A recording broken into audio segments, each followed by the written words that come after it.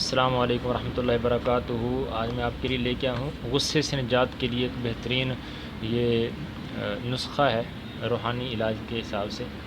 تو آپ اگر کوئی بلا وجہ غصہ کرتا ہو، چڑچڑا پن ہو، اس کو خود سمجھ نہ آتی میں غصہ کیوں کرتا ہوں، غصہ ویسے نقصان دہ ہے، تو اگر غصہ کوئی بلا وجہ کرتا ہو، چڑچڑا پن اس کے اندر ہو، تو وہ انشاءاللہ یہ عمل کرے گا تو انشاءاللہ اس کا غصہ کنٹرول ہو جائے گا، غصہ ختم ہو جائے گا، نارمل انسان وہ ہو جائے گا انشاءاللہ۔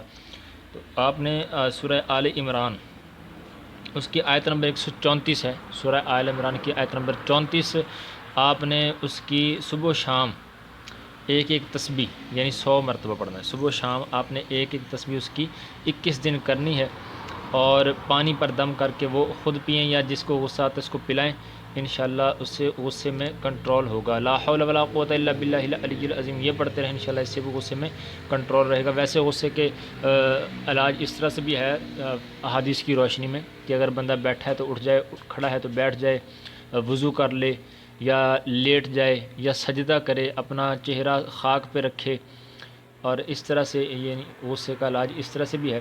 اور یہ وظیفہ بھی ہے جو میں آپ کو دینے لگا ہوں کہ یہ اگر وظیفہ بندہ کرے گا تو انشاءاللہ غصے کا بہترین علاج ہوگا۔ میں آپ کو لکھ کے ایک مرتبہ بتا دیتا ہوں کہ کیسے آپ نے اس کو لکھنا ہے۔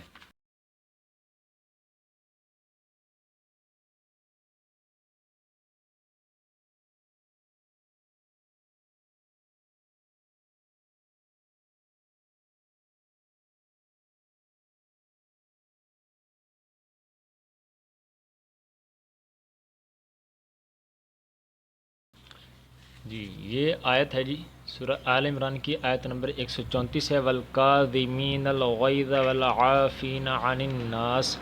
زیر زبر لگانے کی ضرورت نہیں ہے، لکھیں گے تو آپ نے یہ قرآن پاک کھول لینا ہو۔ قرآن پاک کھول کے سورہ آل عمران کی 134 نمبر آیت کو آپ نے صبح و شام ایک ایک تسبیح کرنی ہے 21 دن تک، اور یہ پانی آپ نے دم کر کے جس کو بھی غصہ آتا ہے اس کو پلا دیں، یا خود غصہ تو آپ خود پی سکتے ہیں۔ اس عمل کی برکت سے انشاءاللہ چڑچڑا پن اور بلا وجہ غصہ آنا ختم ہو جائے گا، کسی دوسرے کو بھی آپ پلا سکتے ہیں۔